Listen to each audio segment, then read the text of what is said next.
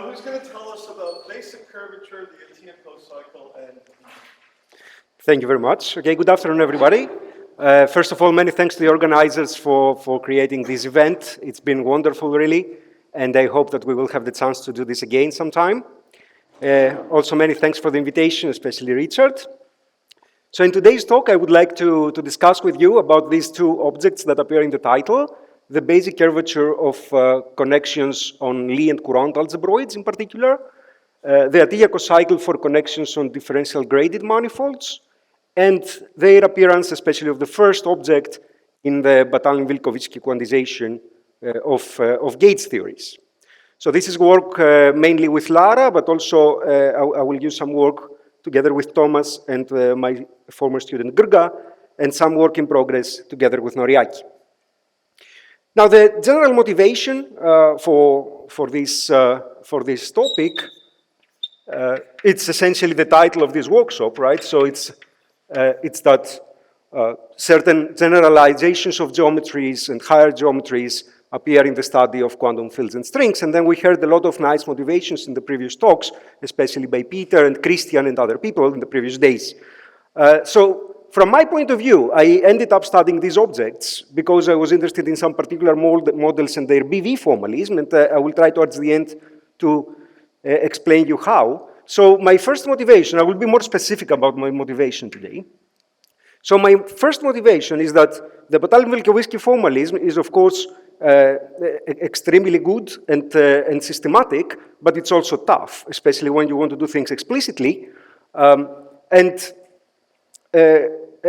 of course, there is an instance where this is not precisely true, where things become easier, and this is the AKAZ construction. This is for topological field theories, but nevertheless, what we would like to do is to set up BV slightly beyond AKAZ. Whatever slightly means, so for my talk today, slightly will mean to discuss sigma models eventually, or to be motivated at least from sigma models with target space being, for example, a twisted Poisson manifold in the sense of Chevera and Weinstein, or a Dirac manifold. We heard about Dirac manifolds on Monday, or, for example, a pre-Courant algebroid, or even higher. So all these kind of simply looking models do not admit an AKAZ construction, at least here in the pre-case, but nevertheless, it's close to AKAZ. So we would like to see how we can actually systematically construct the BV formalism here. And to do that, it appears to be very useful to introduce and study connections on structures that are related to these models, in particular on Lie, Courant, maybe if you want to go higher, I'm not going to go higher today, algebroids. And of course, not only connections, but also their corresponding tensors. I will discuss which tensors. And then, as we also heard in the talk by Peter, sometimes it's nice to replace difficult things by simple things. So to simplify, I would like to try to understand what is the translation of these kind of objects that I will study that appear in the title, or at least the basic curvature, in DG manifold language, differential graded manifold language. So this will be my motivation. And the first part of my talk, I will be setting up notation, essentially. So I will discuss connections in general. So first, we will consider two vector bundles over the same base. One I will call V for the time being, and the other I will call E. And then the bundle E also comes together with a map to vector fields, so it is an anchored bundle. So for the time being, I don't need any more structure than that. we heard the definition of a connection, so because I'm going to use several different types of connections, I'm going to use this shorthand notation. I'm going to call E on V an E connection on V, which is a map which I will denote like this from here to here, that takes two sections and gives this object such that it satisfies the conditions that we heard from Peter also, that it's homogeneous, so its functions go out, and it also satisfies the Leibniz rule.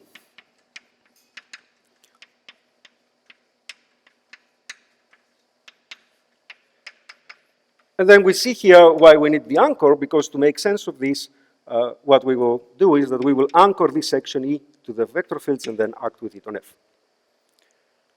So this will be the general terminology. E on V will be E connection on V. And then if we have a particular connection which is a TM on V, which I will denote just simply by del, then we also have an induced one, E on V, which is simply given by taking, so it's simply given by taking the anchor map. I will denote this special connection by a bullet here to remember that it's given by this formula here. Now, of course, this is a very simple connection, but for my purposes, it will turn out to be actually the most important one and the most useful one. So in particular, to relate to the topological sigma models, I will be using mostly this type of connections.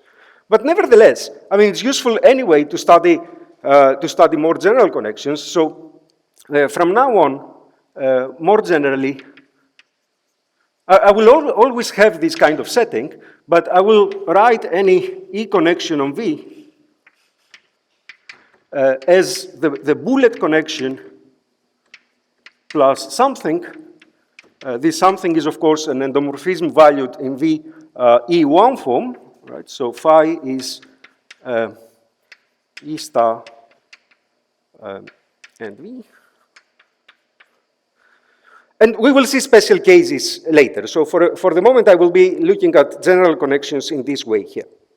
And I will focus, as I already advertised, on Lie algebroids and Courant algebroids. And I will be mostly looking at E connections on itself. So I will be denoting them collectively by E, the vector bundles that correspond to these structures. So I will be looking at E on E, I will be looking at TM on E, and I will also be looking at the kind of opposite, E on TM. We will see how this will come about later.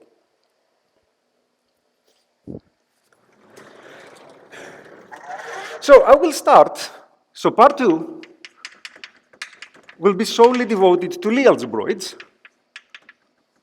So Lie algebroids are very simple, but nevertheless we have a lot to learn already here in the approach that I'm following.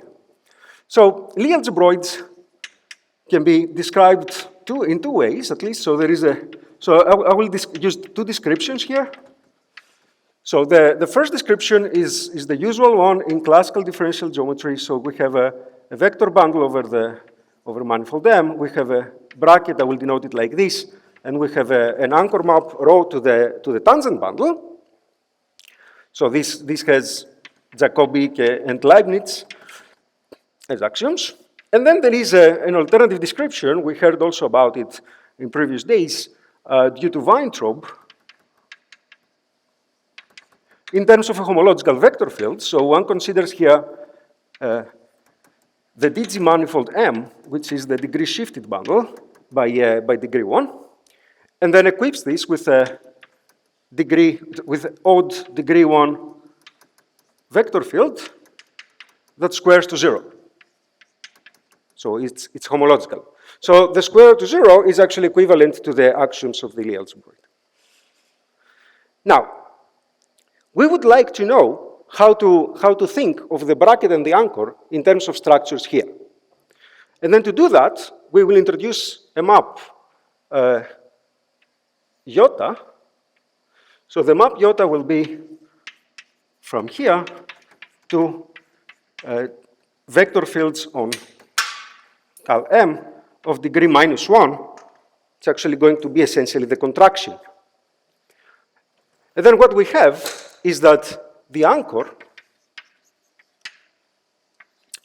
rho of E, where E is a section of E, of course, F, it can be obtained as LQ iota E.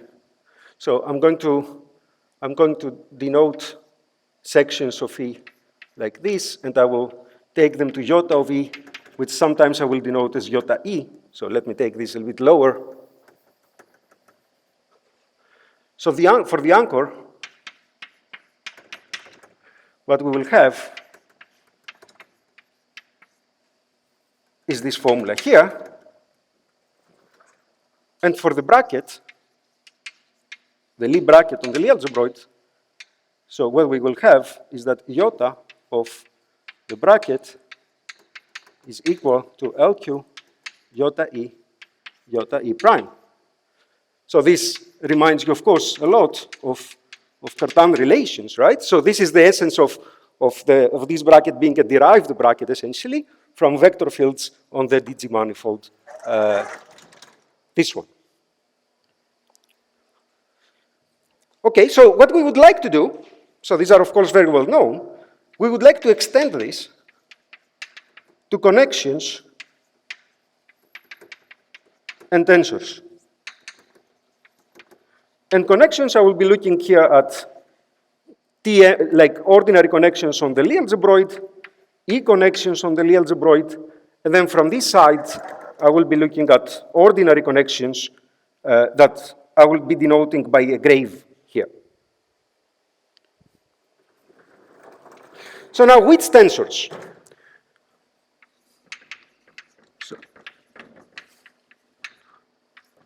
So for the left-hand side first, so for the classical differential geometry, so for this connection, the E on E,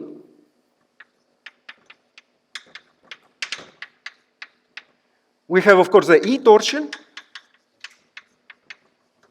The E torsion is simply defined as usual. And there is no question about which bracket you put here. It's the Lie bracket of vector fields, of sections. And then, of course, you have the E curvature. I'm not going to be using the E curvature that much, but nevertheless, let me just write it down.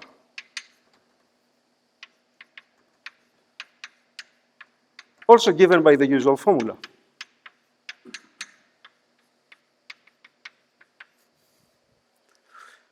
What about the ordinary connection? So the ordinary connection, nabla. Of course, this is, the word on is not an axis of symmetry here, so it doesn't have a torsion. It has a curvature, of course. I mean, I'm not going to write it down again. So it has a curvature, but it has another tensor, which is very interesting. And this is exactly the first tensor that appears in the title. And this tensor exists exactly because there is a Lie algebra structure on this vector bundle E. So there is an object called the basic curvature,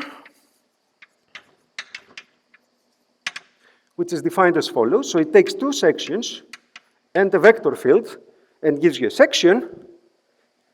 And essentially, it's the answer to the question, is the connection that you have defined, is it a derivation of the Lie algebra bracket on the vector bundle E?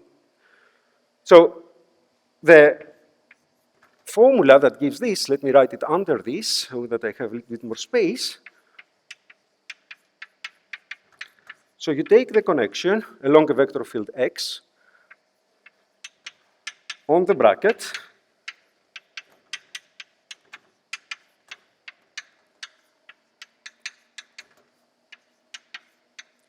then of course, ideally you would stop here, but this object, of course, is not a tensor. You have to adjust it.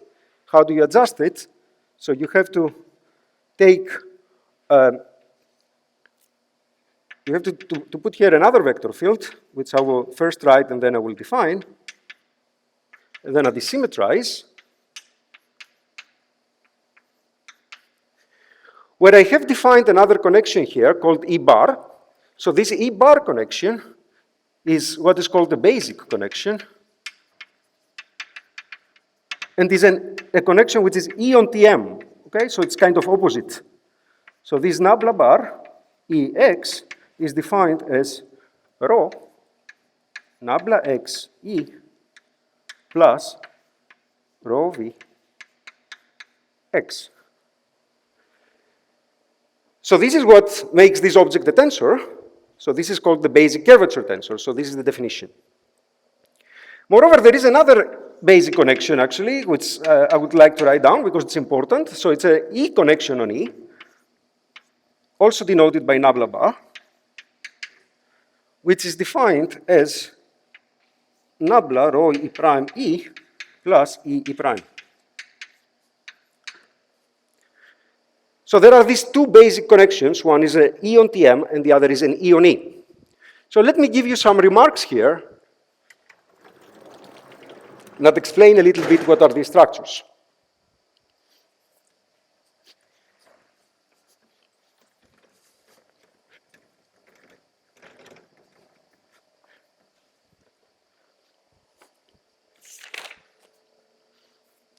So the first remark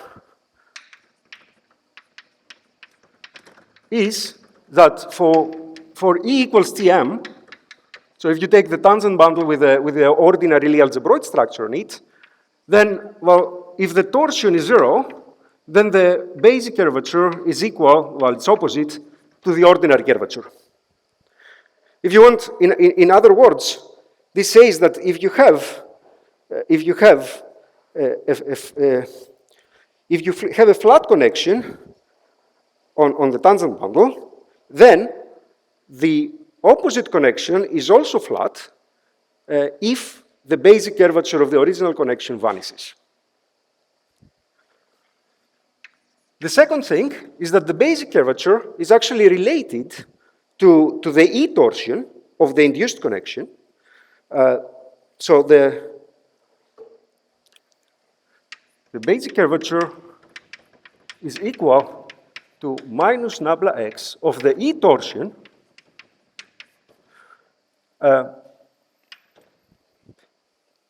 plus terms that contain the curvature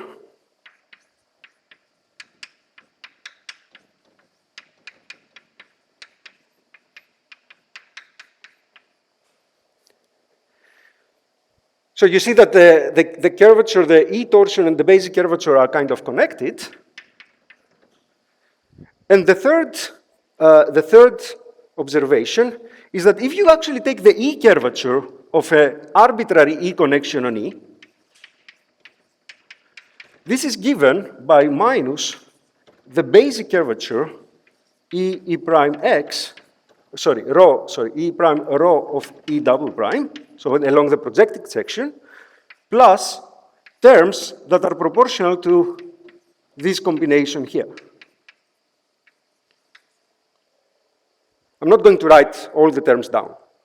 But then we also see that when phi, which was this endomorphism that we introduced in the beginning here, when phi is itself the E torsion, then we see that the curvature of the E on E connection is given by this simple formula here in terms of the basic curvature and the anchor map. And when does this happen? This happens when nabla E is actually the basic connection. This, of course, is known. It was known already, perhaps I should cite here Abad and Kreinig.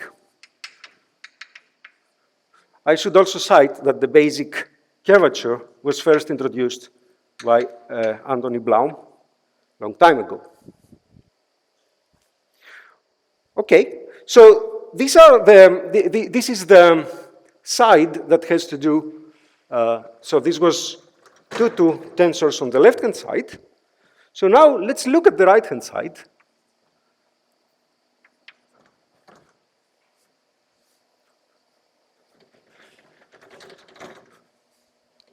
So on the right-hand side, I'm looking only at ordinary connections, okay? I denoted them as nabla grave. So of course, these connections have ordinary torsion, I will call it T grave. Ordinary curvature, I will call it R grave. I'm not going to write them down. One just has to be careful of the signs because these are ordinary, but they are graded, so signs are tricky. But again, once we know the signs, everything works out. What I'm more interested in is to define another object, which is exactly what appears in the title. So the Atiyah cocycle on the DG manifold M. Well, actually, what I'm going to define is not for the particular DG manifold, it's for any DG manifold. And it's defined as follows. So I will define it as a map that takes two vector fields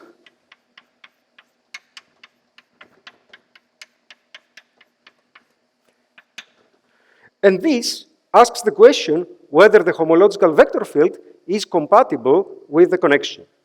So this is defined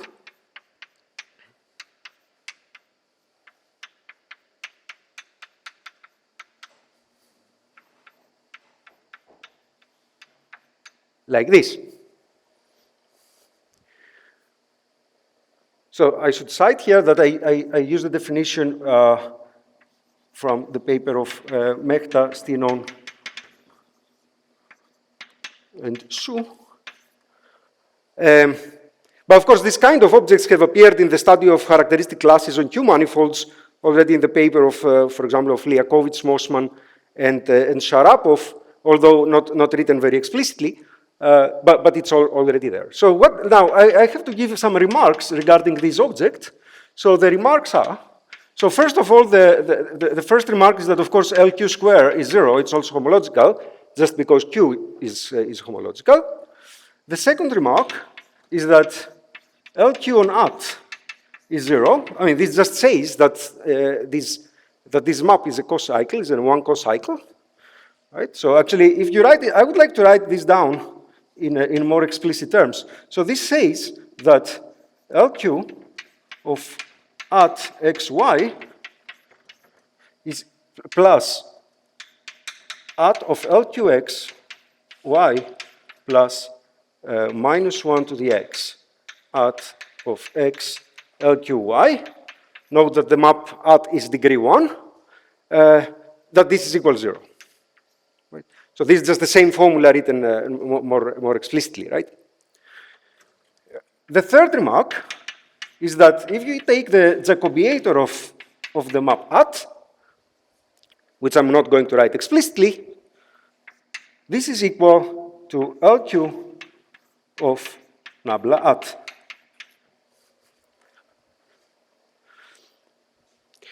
And then maybe a fourth observation is that this map is graded symmetric. So actually, it's not graded symmetric. Its graded symmetry is obstructed by the torsion. So this is equal to LQ T X Y. So we observe also here by, let me see. I will continue down here if it's okay. So we observe that for t equals 0, for the torsion of the connection, the graded manifold vanishing, which you can always arrange, there is always such a connection on DG manifold, the Atiyah cocycle is graded symmetric. And moreover, we observe that if you take LQ minus the Atiyah cocycle and minus nabla the Atiyah cocycle plus actually curvature terms, and you continue. So this is actually, these are the operations of a L infinity 1 algebra.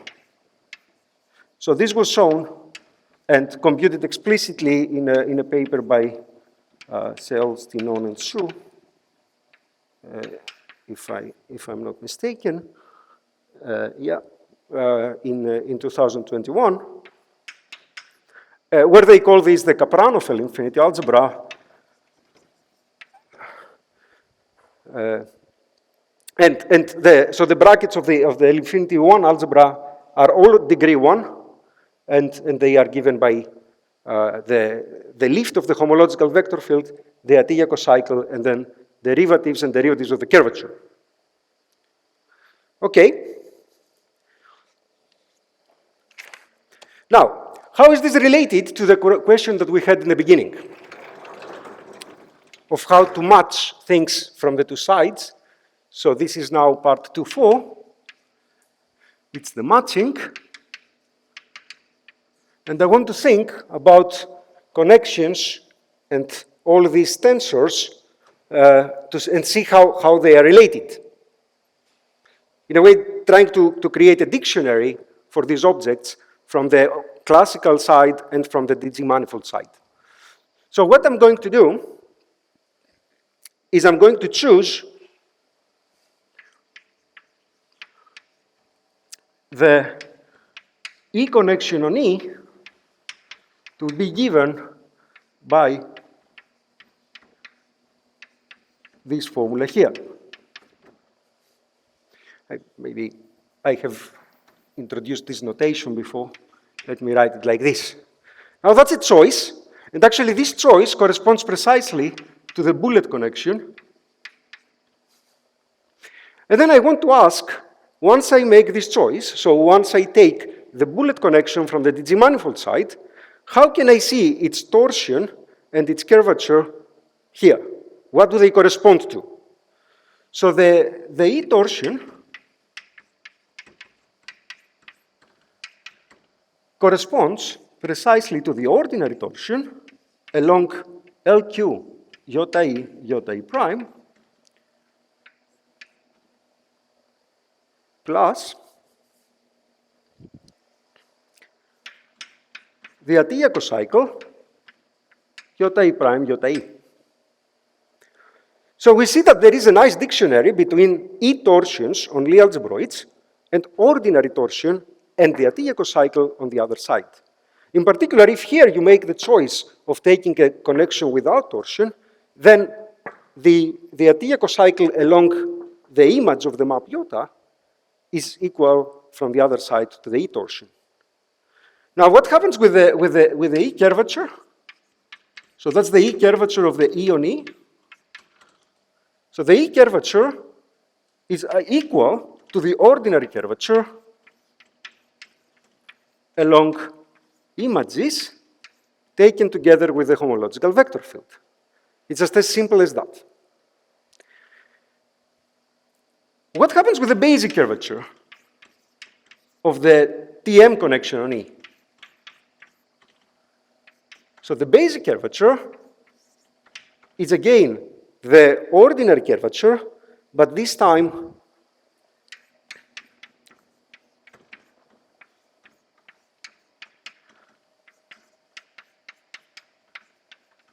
with one homological vector field playing, plus nabla of the Atiyah along X here, iota E prime. So we see that whereas the ordinary E curvature does not relate here to the Atiyah cocycle, what relates to the Atiyah cocycle for this choice of connection is the E torsion and the basic curvature. And moreover, we see that what appears here is at, and what appears here is nabla at. So this is a nice picture that we see for Lie algebroids. Actually, one can pull different connections also. So for example, if you choose, of course, this choice is not unique, right?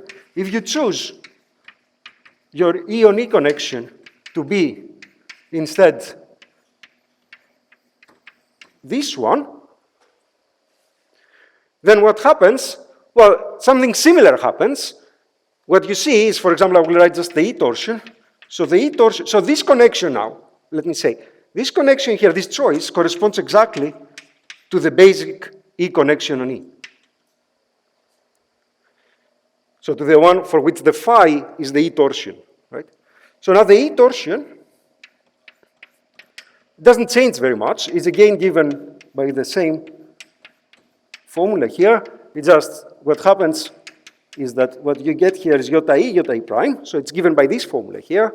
The basic curvature does not change, it's the same. So for all this, and of course there are all sorts of connections in between if you take kappa of this plus 1 minus kappa of this, and all these connections are related to the torsion from the other side and the Atiyah cocycle. So this is the story for Lie algebroids. Is there some question?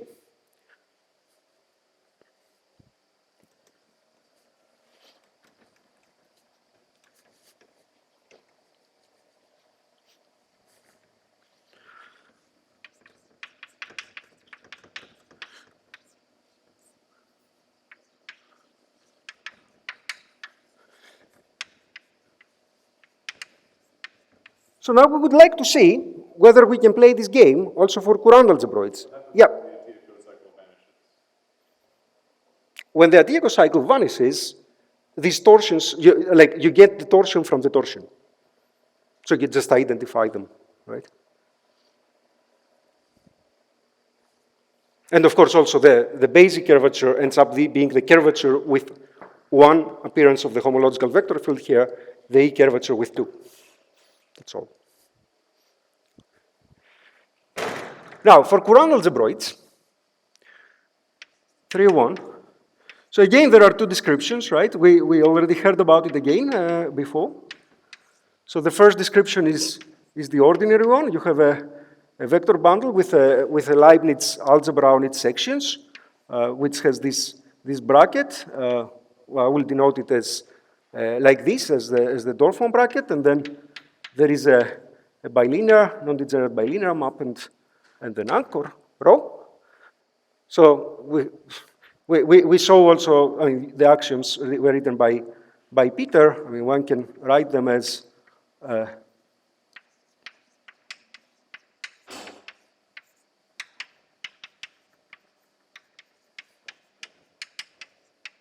in one line as this.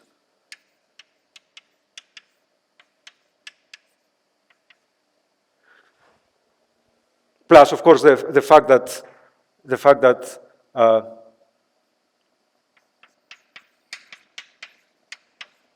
this is a Leibniz algebra.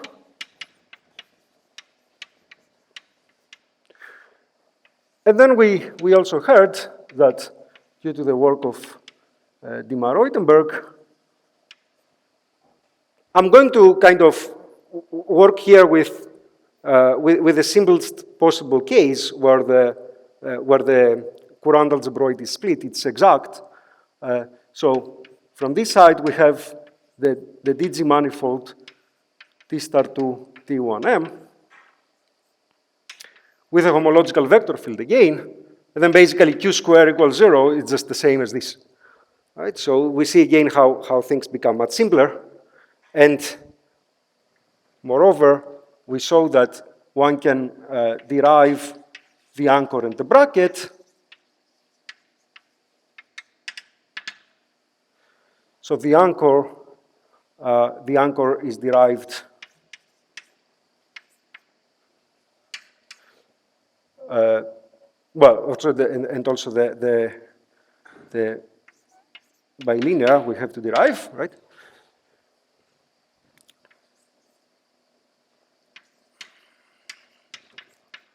So now the difference is, of course, that one has a symplectic structure, right? So one has a Poisson bracket, and one can use the Poisson bracket to derive stuff.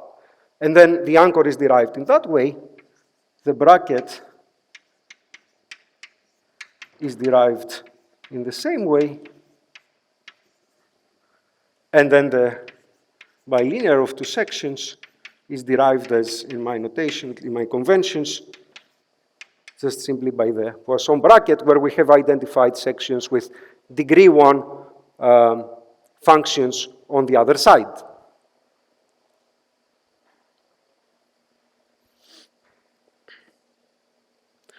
Okay, and then the question again is, can we extend this to, from one side, to connections on the Courant algebroid, E connections on the Courant algebroid, and from the other side, again, on ordinary connections on the corresponding DG manifold.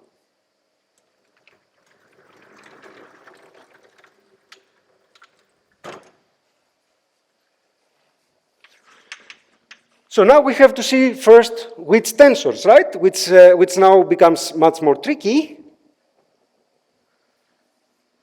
So the tensors on the left-hand side, so we have first the E connections on E. So for this, I will not even bother to write a curvature tensor. Peter wrote something on Wednesday. He wrote a curvature tensor. I'm not going to write one. I'm just going to write the E torsion. So the E torsion is, as we heard before, what was found by Marco a few years ago. I will denote it like this. And I will write it in the completely contracted way, so really as a tensor. And then this is given by the ordinary torsion, well, or if you wish, by the naive torsion as defined above, plus, and then it depends which bracket one uses. Well, I'm using here the Dorfman bracket, right? So, and then there is one more term, which is this one. Now, as I said, in the context that I will be working at the end, I will not be interested in any E curvature, so I'm not going to study any E curvature now. But what I will be interested in is the basic curvature. So is there a basic curvature in the case of Courant algebroids? So we consider an ordinary connection on a Courant algebroid and ask, what is the basic curvature? So much like what happens with the torsion, that you need this adjustment term, something similar happens here. So when you take the curvature as defined before, this object is not a tensor. And much like the torsion, it's never a tensor. There is no connection for which it's a tensor. So what you have to define is an adjustment. I will define it as follows. So it is plus, and then one has to take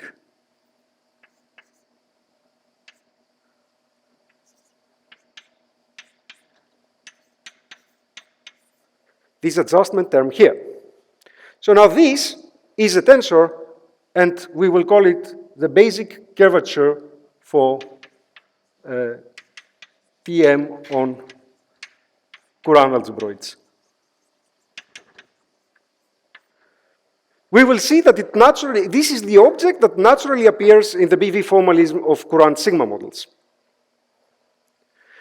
I should mention here that the same formula appears also in the work of Yodslin, Mehta, Papandonis,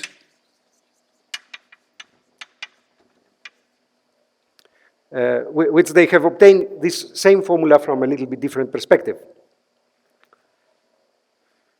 Okay, on the other hand, the Atiyah Cocycle, of course, doesn't change. It's completely the same formula. Right? So just a few remarks here. Just two remarks, actually. So the first remark that I will make is that, once more, this basic curvature can be written as, as the torsion for a Courant algebroid plus other terms which I will not write. So plus terms that involve the ordinary curvature.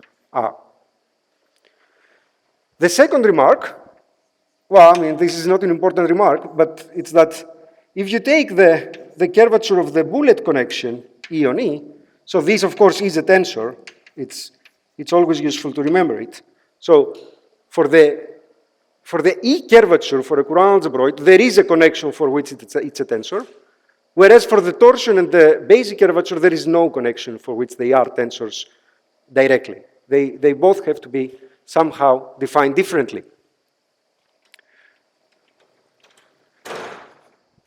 Okay, so Is there a question so far? So the game to play now is to ask whether one can do matching again, but this time for Courant algebroids. Of course, things are slightly more tricky here. And they are more tricky for the main reason that apart from degree 0 and 1 coordinates, one has degree 2 also. So now one would like ideally to look at the simplest case that we did in the Lie algebroids, and this is what we are going to do. Ideally, we would like to look at the E connection on E for Courant algebroids now, for which there is a map, iota hat, that defines it through an ordinary connection of the differential graded manifold in the way that we did it for Lie algebroids. So we ask for this matching. Now this matching defines actually the map iota hat. So the map iota hat is from the sections of a Courant algebroid to vector fields of degree -1 on M. This equation, so this equation we ask it, and it's a non-trivial one, because of course to have linear connections here, we have to define the map iota hat in a special way. I forgot to mention here, and maybe I come back briefly to this, this basic connection of the Courant algebroid, it's just completely the same, it's defined in a completely the same way as for Lie algebroids, and this of course works. Now, once we make this matching here, we would like to understand where does the E torsion of the Courant algebroid go. Now, this is a complicated formula. Well, not very complicated, but let me think if I will write it down completely. So in order to actually find this, one has to think as follows. One has to also look for undoing this mapping, because from the Courant algebroid side, we have functions. So one has to find the map, I will call it lambda here. So this is iota hat, this is lambda. So the map that undoes this iota hat, and actually this map exists, we have identified it. So essentially this is the inverse. And then this map I will call it L. This map is called L. So this map takes a degree -1 vector field and gives a function, a section, or a function of degree 1. So the formula for the Gualtieri torsion in the DG manifold side becomes L of the ordinary torsion here on the DG manifold side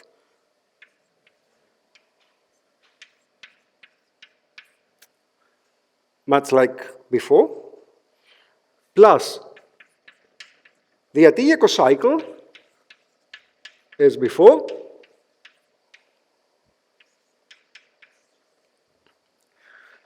and there is one more term. Let me just for the moment parameterize it as L iota E prime, iota E double prime. So this lambda is what? So this lambda is a tensor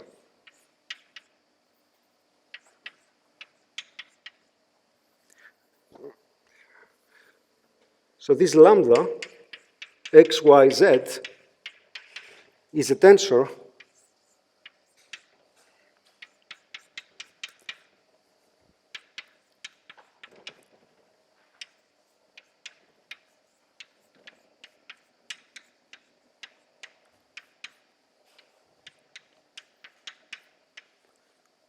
that looks like this, where I owe you to define this, what this small lambda is. So this small lambda, x, y, here, is equal to L of LQXY minus L of X, L of Y, D. So what lambda is it tells us whether the map L here is a homomorphism of Leibniz algebras. So recall that we have a Leibniz algebra which is part of the definition of the Courant algebroid, right? One given by the Dorfman bracket. But then there is a second Leibniz algebra which is on vector fields with this bracket here. Now these two Leibniz algebras are not the same, of course. This is a special thing because the Courant algebroid has a symplectic structure. And this map is asking whether L is a Leibniz homomorphism. Then when you take this map and you adjust it such that you create a tensor, this is what appears exactly on the DG manifold side of the torsion. Now there is a similar story for the basic curvature tensor. So for the basic curvature tensor, what you get for Courant algebroids is the Riemann here, then you get nabla of Atiyah, and then you get another tensor that has to do with the question of whether the connection is a derivation of these Leibniz products. I'm not going to go into details of this because it will be even more technical. Okay, so far so good. And part 4 is, in a sense, applications, so that we see where these structures appear in BV.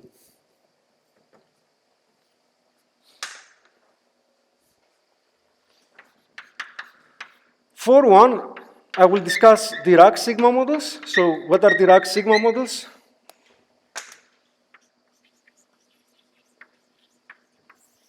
So these are topological two-dimensional theories. Of course, there exists a non-topological version, but I'm not going to discuss it today. So I'm going to discuss just the topological setting. So they are two-dimensional topological sigma models for which the target is a Dirac manifold. So it's a manifold equipped with a Dirac structure on an exact Courant algebroid. So the fields of the theory, when it's thought of as a Gates theory, are scalar fields, which are the components of this map here.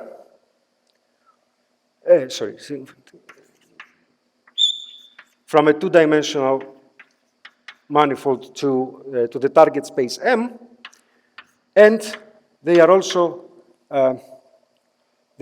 one forms on sigma with values on a Lie algebroid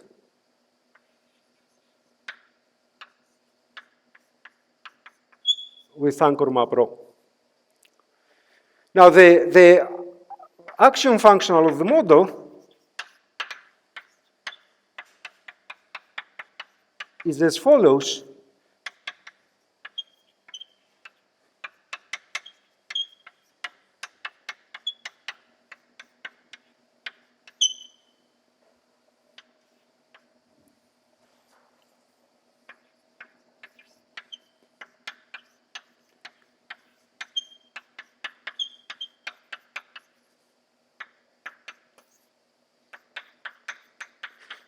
So it contains a Vezumino term. So H is a closed free form on the target. This is its pullback. And then it contains the two fields, an auxiliary metric, and then apart from the components of the anchor map, we observe also that there is a map theta, which is from E to T star M, such that together the map rho plus theta, which is from E to T plus T star, has as an image isotropic and involutive subbundle of this, of the H-twisted exact Courant algebroid, which is a Dirac structure. Actually, I ignored the word maximal because in principle you don't really need maximal Dirac structures, but I will restrict here to maximal Dirac structures. So examples of these models, the examples of these models is to take, for example, the Lie algebroid to be the cotangent bundle over a manifold with a Poisson structure, pi. So pi equals 0. And then identify theta as the identity map,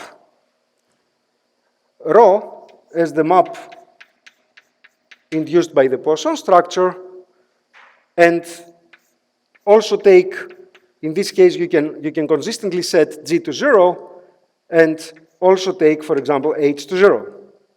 So in that case, what one obtains is the Poisson sigma model.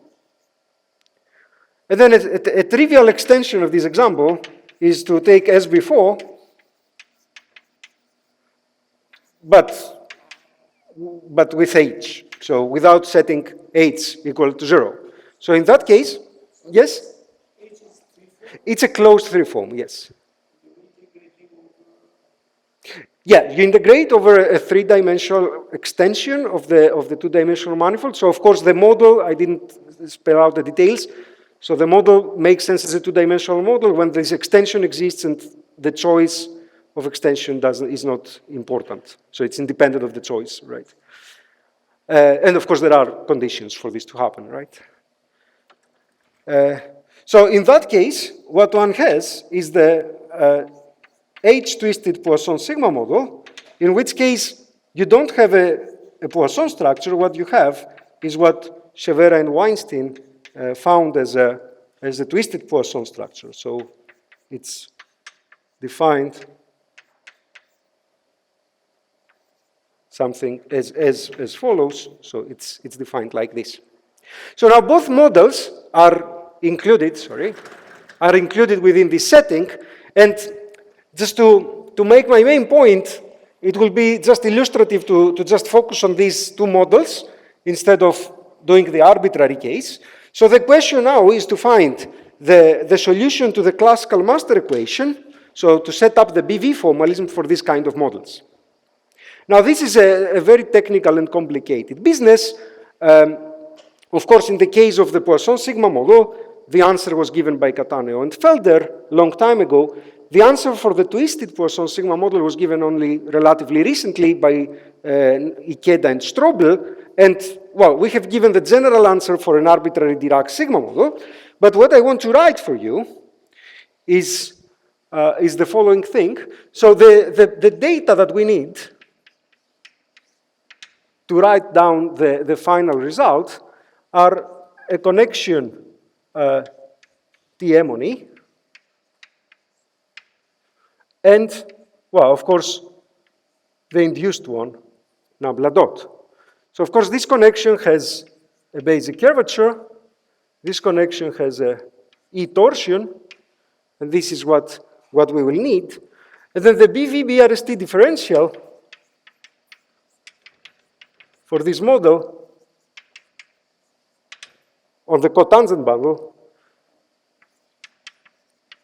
looks as follows. So on the scalar fields is the rho of epsilon. So this is the epsilon is the ghost that corresponds to the gauge symmetries of the one form. The BV differential on epsilon is the E torsion of epsilon square. The BV differential of A is equal to the covariant exterior derivative on epsilon minus the E torsion A epsilon minus the basic curvature epsilon epsilon on A dagger, where A dagger is the antifield of A.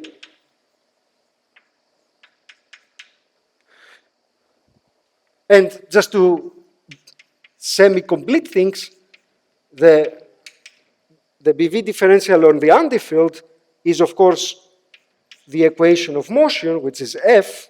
So F here is dx plus pi of A minus the E torsion A dagger epsilon. There are, of course, two more formulas to complete this picture, but I'm not going to write them. But this is also already very illustrative. So we see that what appears here is the anchor map, the E torsion, the exterior covariant derivative, and the basic curvature. So these are the data that control the BV differential of the model. This is true also in Dirac sigma models with a few more data included. Now the important thing here, the important point to make, is that what depends on whether there is H free-form or not is only this and this. So actually the E torsion is independent of the free-form. What depends on the free-form is the connection. So the connection, the free-form appears as torsion of the connection, of this connection here. Well, actually of the connection on the manifold, the corresponding connection on the manifold. And it also appears in S. So it appears in a very complicated way. Actually, it contains derivatives of the free-form and also terms quadratic in the free-form, uncontracted, so independent. Which would have been, it's actually very difficult to find without having a geometric interpretation. So we see that these kind of formulas unify an AKZ type model, which is the Poisson sigma model. So when you set H to 0, you find what Catano and Felder found. And something which doesn't have an AKZ construction, which is the twisted Poisson sigma model, which was found by Iked and Strobl. Okay, so I will take a couple of more minutes. Yes, please. I don't understand what you are doing because all these models have a nature of X, AKZ construction, and 3D, right? I mean, Dirac is the algorithm, but 3D you construct. I see your question, but these are two-dimensional models, well, right? You just reduce and you do it non-canonical administration. We did this canonically 15 years ago. I haven't seen anywhere actually being done and finding these results. So I do not know how you would, for example, generate these H square terms from a reduction. I would be happy to see how it's done. Maybe there is a way to do it, and I don't know, but I don't know if it will be as simple as that. Well, I don't know. To me, this does not look simple. I'm saying this in Dirac structure, the algebra. 3D AKZ construction. Actually. Yeah, you can write down the Courant sigma model in 3D, yes. But then you can reduce it to the boundary by choosing some non-canonical data. Then there are many ways of doing things. Yes, Since you are trying to do this type of exercise basically by trying to make some guesses. no, I'm not making any guesses. I mean, I'm not making any guesses here. I have a systematic way to apply the BV formalism in presence of connections that makes everything geometric. So everything in the end depends on geometric data, which are torsion and curvature tensors. But then I don't understand your use of words of AKZ. You have to give manifold graded, manifold graded, etc. Confused with your language. Sure, but there is a way to do this, obviously. I mean, when H equals 0, there is an AKZ construction, there is not much to discuss, right? At least for the Poisson case, because for the Dirac sigma models, there is no AKZ construction, so then it's not very clear how you do it, right? This AKZ construction is 3D. Natural AKZ. Yeah, but there is a 3D AKZ construction for the Courant sigma model, I agree, but then I have never seen how you can obtain the BV action of two-dimensional Dirac sigma models from this. Maybe there is a way. Who 15 years ago we wrote this canonical reduction? We can discuss it afterwards, and you can show me.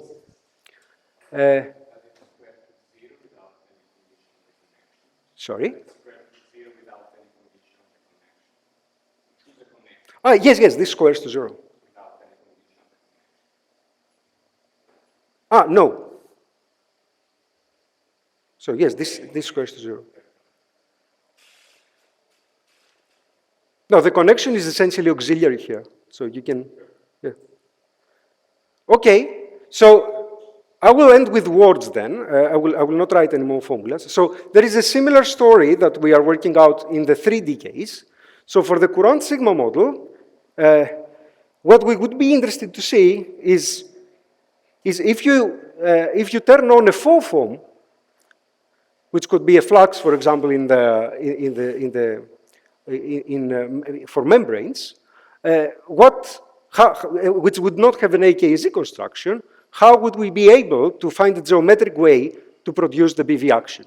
And the data, as you understand, that play along in that case ended up being that the BV operator contains the torsion of a Courant algebroid and the basic curvature of Courant algebroid that I defined before.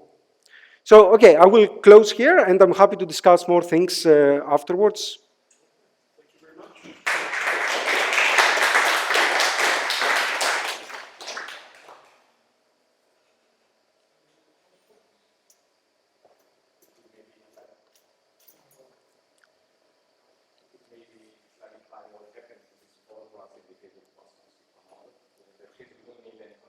Yeah, sure. Yeah, you can set the connection to 0. These formulas just end up being the ordinary formulas that you get. Of course, I mean, if you write them in local coordinates, here you would get derivatives of the Poisson tensor. Here you will get second derivatives of the Poisson tensor. I guess you remember that the Poisson sigma model has an open gates algebra, right? So the gates transformations close only off shell, and then the term that appears in this part of the non-closure of the gates transformation is exactly the second derivatives of the Poisson tensor. And the second derivatives of the Poisson tensor globalize to this basic curvature tensor exactly. So this is exactly what you get when you compute the naive BRST differential that does not square to 0. It squares to exactly this, times the equation of motion, which is taken care of by the antifield of A.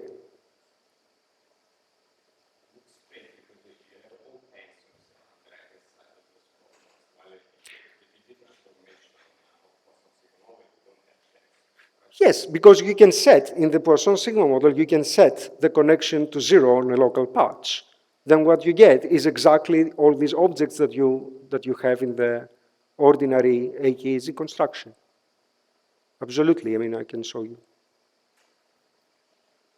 Do you mean by that you would take, it's just strange to set a connection to 0, but maybe you mean that E is T plus T star, and then you choose the same connection on E that you did on T? So this E here is not T plus T star. So here we are discussing the 2D models. No, what I mean is that you're choosing two connections, correct? There's two separate connections, TM on E and E on E. Yeah. Is that right? Sure. And in general, they could be separate. One is given by the other, no. So it's the induced one. So what I get up here is this bullet connection, as I noted, which is given by nabla rho.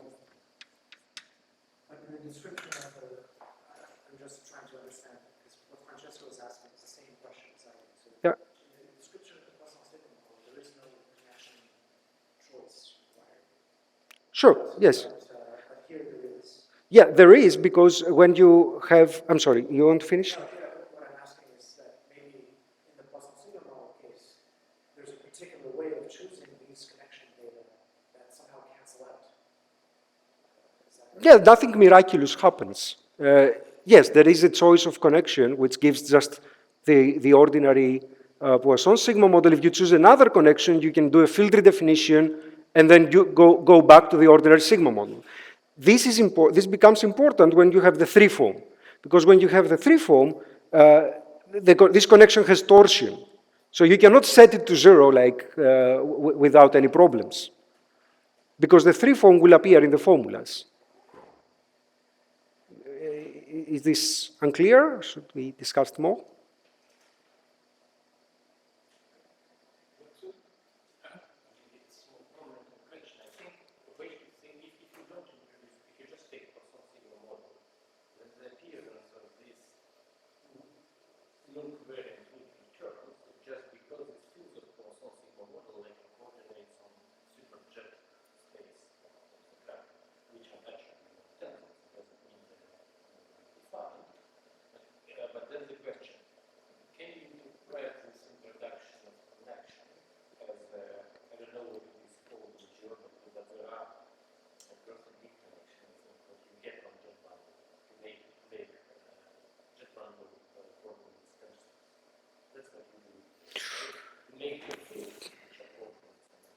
Yeah. Yes. Yes, I don't know if in the words that you used, if it is the same, but yes, this is essentially. Yeah. Yeah. But of course, I'm not saying that there is anything wrong with the usual for the PSM with the usual construction, right? It's just that when you go to the to twisted Poisson, then things are not that simple, and one has to be careful about how to do it. And this is where you need to introduce a connection.